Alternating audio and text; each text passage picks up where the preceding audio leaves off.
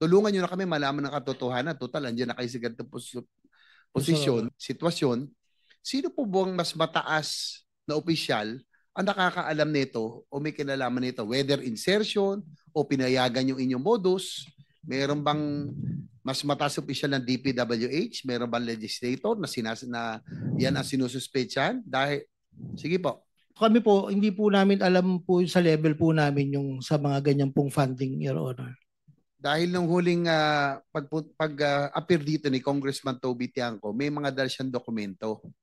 At doon sa kanya pinakita, Mr. Chair, marami po ang insertions at bigla bumukol, lumaki ang sa Mindoro at sa Bulacan.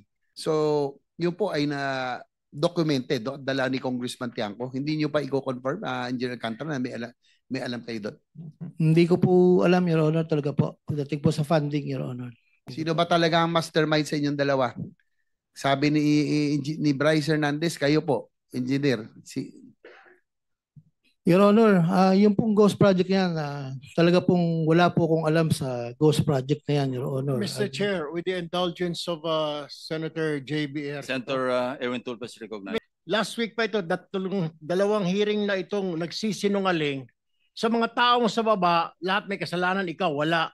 District engineer ka, hindi mo alam na may ghost project. Wala ka ring alam, lumobo yung budget mo. Hindi ba dumadaan sa lamesa mo yan na lumaki yung pondo mo? Mr. Chair, I think this person is lying, so we have to ask him to show cause why he should not be cited for contempt today. Kami naman po, pag lumalabas po sa GAA, ini-implement lang po namin yung project, Your Honor.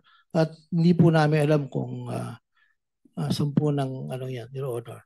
Actually po, yung sinasabi ko po sa Ghost Project, talaga pong wala akong alam dyan. Magpapatunay naman po itong project engineer na nandito po sa tabi ko kung paano po nangyari yan. Yung pong sinasabi ng project engineer na Paul Duya, ay kasama po nila yan, Your Honor.